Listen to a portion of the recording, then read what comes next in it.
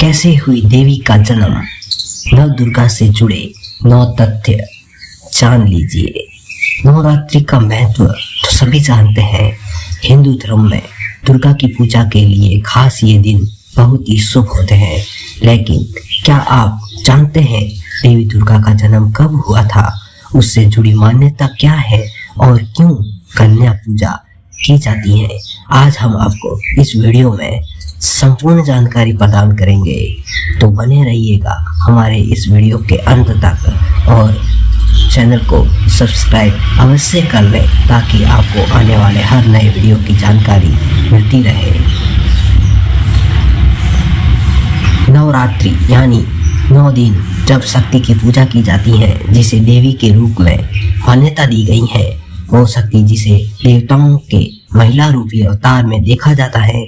दुर्गा के जन्म से लेकर उनके युद्ध में विजय पाने तक शक्ति के अनेक रूपों के बारे में हिंदू शास्त्र बताते हैं। लेकिन क्या आप जानते हैं कि जिस नवरात्रि में हम दुर्गा पूजा करते हैं उससे जुड़ी मान्यता क्या है? क्यों कन्या पूजा की जाती है? कैसे देवी का जन्म हुआ और क्यों दुर्गा की सवारी शेर है? आइए जानते हैं। नंबर 1, कैसे हुई देवी का जन्म? देवी का जन्म सबसे पहले दुर्गा के रूप में ही माना जाता है, जिसे राक्षस महिषासुर का वध करने के लिए जन्म लिया था और यही कारण है कि उसे महिषासुर मर्दिनी भी कहा जाता है। पौराणिक कथाओं के अनुसार देवताओं को भगाकर महिषासुर ने स्वर्ग पर कब्जा कर लिया था। तब सभी देवता मिलकर त्रिमूर्ति के पास गए थे। ब्रह्मा, विष्णु और शिव ने अपने शरीर की ऊर्जा से एक आकृति बनाई और सभी देवताओं ने अपनी शक्तियां उस आकृति में डाली। इसलिए दुर्गा को शक्ति भी कहा जाता है।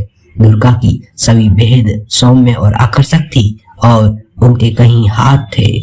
क्योंकि सभी देवताओं ने मिलकर उन्हें शक्तियां दी थी, इसलिए वो सबसे ताकतवर भगवान मानी जाती हैं। उन्हीं शिव का त्रिशूल मिला, विष्णु का चक्र, ब्रह्मा का कमल, वायुदेव से उन्हें नाक मिली, हिमावत पर्वतों से देवता से कपड़े और शेर मिला और ऐसे करके एक एक शक्तियों से वो दुर्गा बनी और युद्ध के लिए तैयार हुई। दुर्गा की शक्तियों के बारे में ऋग्वेद के श्लोक 10.125.1 से लेकर 10.125.8 तक देवी सूक्त में पढ़ा जा सकता है। नंबर 2, आखिर पूजा 9 दिन ही क्यों की जाती है? जब दुर्गा या देवी ने महिषासुर पर हमला किया और एक एक कर दैत्यों को मारना शुरू किया, तब भैंसे का रूप धारण करके वाले महिषासुर को मारने के लिए उन्हें 9 दिन लग गए। इसलिए नवरात्रि को 9 दिन मनाया जाता है। इससे जुड़ी अन्य कथाएं भी हैं, जैसे नवरात्रि को दुर्गा के 9 रूपों को जोड़कर देखा जाता है और कहते हैं कि हर दिन युद्ध में देवी ने अलग अलग रूप लिया था और इसलिए 9 दिन 9 अलग अलग देवियों की पूजा की जाती है। हर दिन को अलग अलग रंग से जोड़कर भी देखा जाता है। नंबर 3, क्यों है अष्टभुजाओं वाली? देवी दुर्गा को अष्टभुजाओं वाली कहा जाता है। कुछ शास्त्रों में 10 भुजाओं वाली भी कहा जाता है। वास्तु शास्त्र में 8 अहम दिशाएं होती हैं, लेकिन कई जगहों पर 10 कोण या दिशाओं की बात की जाती है।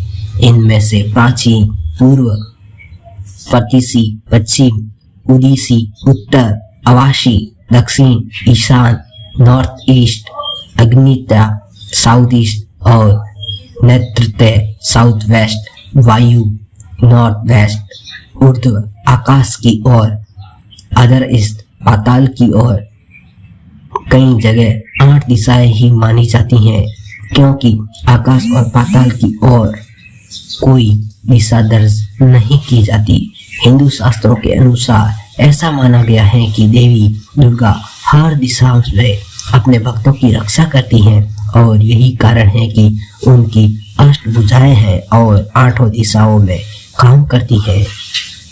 नंबर 4, शेर की सवारी ही क्यों? देवी को शेर पर सवार बताया जाता है। दुर्गा का वाहन शेर है और इसे अतुल्य शक्ति से जोड़ा कर देखा जाता है। ऐसा माना जाता है कि शेर पर सवार होकर दुर्गा माँ दुख और बुराई का अंत करती है। नंबर 5, दुर्गा को त्रयंबके क्यों कहा जाता है? दुर्गा को त्रयंबके कहा जाता है यानी 3 आंखों वाली। शिव भी 3 त्रिनेत्र कहलाए हैं जिनकी 3 आंखें थी। दुर्गा को शिव का ही आधा रूप माना जाता है जिसे शक्ति भी कहा जाता है। दुर्गा की 3 आंखें अग्नि, सूर्य और चंद्र का प्रतीक मानी जाती हैं। नंबर 6, दुर्गा की पूजा के लिए 108 मंत्रों का जाप क्यों होता है? नवरात्रि को दुर्गा पूजा के नाम से भी जाना जाता है। कहा जाता है कि भगवान राम ने माँ दुर्गा की पूजा की थी, जिन्हें राम ने महिषासुरमर्दिनी के नाम से ही संबोधित किया था। ये पूजा रावण के युद्ध करने से पूर्व की गई थी और इसीलिए दशहरा नवरात्रि के अंत में मनाया जाता है। जिस दिन रावण का वध हुआ था, माना जाता है कि राम जी ने दुर्गा पूजा के वक्त 108 नील कमल चढ़ाए थे दुर्गा, और इसलिए ही 108 को शुभ माना जाता है। नंबर 7, पितृपक्ष के अंत में नवरात्रि क्यों मनाई जाती है? पितृपक्ष में पितरों की पूजा के बाद ऐसा माना जाता है कि घर की शुद्धि होती है और उसके बाद आता है देवी पक्ष यानी कि नवरात्रि, और इसके बाद से हर तरह के त्योहारों की शुरुआत होती है। ऐसा माना जाता है कि देवी पक्ष के पहले दिन माँ दुर्गा अपने बच्चों के साथ पृथ्वी की ओर यात्रा करना शुरू करती है। नंबर 8, क्यों ली जाती है तवायफ के घर की मिट्टी? इस प्रथा से जुड़ी मान्यता है कि तवायफ के घर जाने से पहले एक पुरुष अपनी सारी इच्छाएं और पवित्रता उसके आंगन में छोड़कर ही अंदर जाता है, और यही कारण है कि तवायफ के आंगन की मिट्टी बहुत पवित्र हो जाती है।